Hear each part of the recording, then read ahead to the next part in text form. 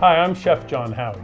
And I'm Mark McNeilly from Mark Ryan Winery. And today we're going to show you some great things in cooking with wine. We're going to do a couple of great sauces that we're going to put over seared scallops. We have two wines we're going to use, which I think is very interesting.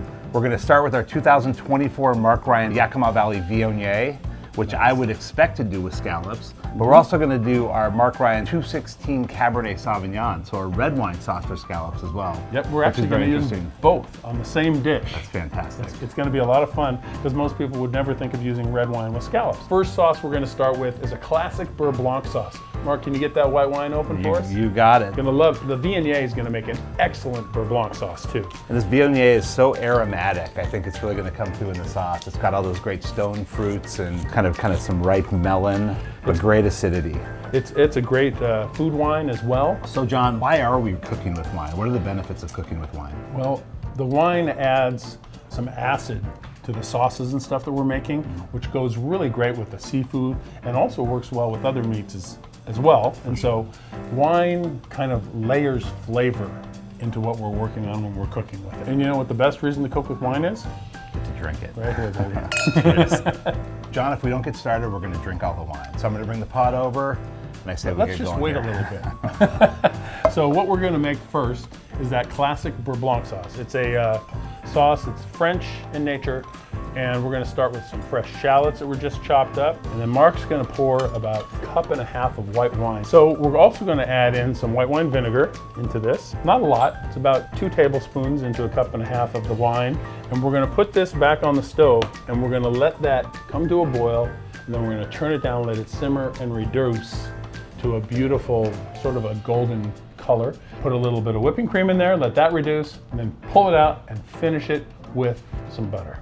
All right, put you to work again. All right, I love working here. So we're going to start adding butter in here and just start moving the pieces around. They should melt into this pot to create the Beurre Blanc. So the Beurre is butter and the Blanc is what? Is white wine. Ah, you got it right on. That's perfect. But it's important to do this off the heat, correct? You can do it on very subtle heat. It depends on what size batch you're making. We're not making a lot today because we're going to use such a small amount. You guys, this looks so good. And then you can leave the shallots in if you're a huge shallot fan, or you can strain them out. So there's 2 options there. So we're going to get ready to make the Cabernet Glaze now. But we have one problem. My glass looks a little empty. Empty glasses, unacceptable. This is the man to fix that. This wine's 2023 vintage. I think there's just a dark, brambly kind of fruit component, which I think will be fantastic with this reduction. Smells great. Smells great. Cheers. Pour about a cup of wine in there. Okay, that was 1 cup exactly. I believe you. So then we're going to add some sugar. It's going to help sweeten the whole dish up a little bit, and then it's going to thicken it slightly too. Very good. Because we're not going to let you get away with not working. Stir that up, would you? Yes, sir. I am a very good stirrer. This finishes with a little bit of lime juice. Pretty sure you've never seen anybody put lime in your Cabernet. This is the first, but I'm kind of excited about it. So now this has to go on the stove as well, and it needs to cook until it becomes a syrup. Okay, so we're really going to take it down. Big time reduction, it's going to become a syrup. Awesome. So we've finished our sauces. The Cabernet reduction, which you can see here, is kind of just coating on the back of the spoon. And it's so flavorful because all that Cabernet that you had in there has gone down, so it's 4 times as flavorful as it would have been in the glass. That's nuts. Really, really nice. It smells so good. Putting it from a spoon, just kind of layering it out on top of the scallops. Just kind of sprinkle a little macadamia nuts on all of them. But you've got that beautiful golden Beurre Blanc. You've got that really rich Cabernet glaze. Using wine 2 ways is so exciting with the Viognier and Cabernet.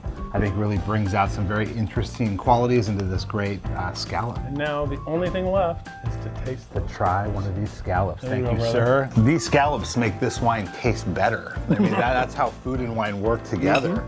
The richness of the scallop pulls out richness in this wine that maybe wasn't there otherwise. So that's how food and wine works together. Ah, beautiful. Cheers.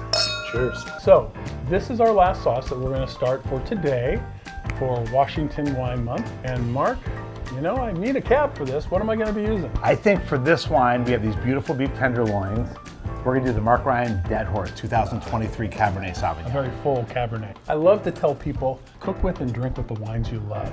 And if you think it's gonna be good in there, try it. You might create something that's wonderful. And this is a classic sauce, a maitre d' sauce. Yep. Remind me what's in it, John. Okay, so we started with a little bit of olive oil, the shallots, then cognac, then the Dead Horse. Dead Horse Cabernet. Beautiful. Yep, Dead Horse Cabernet.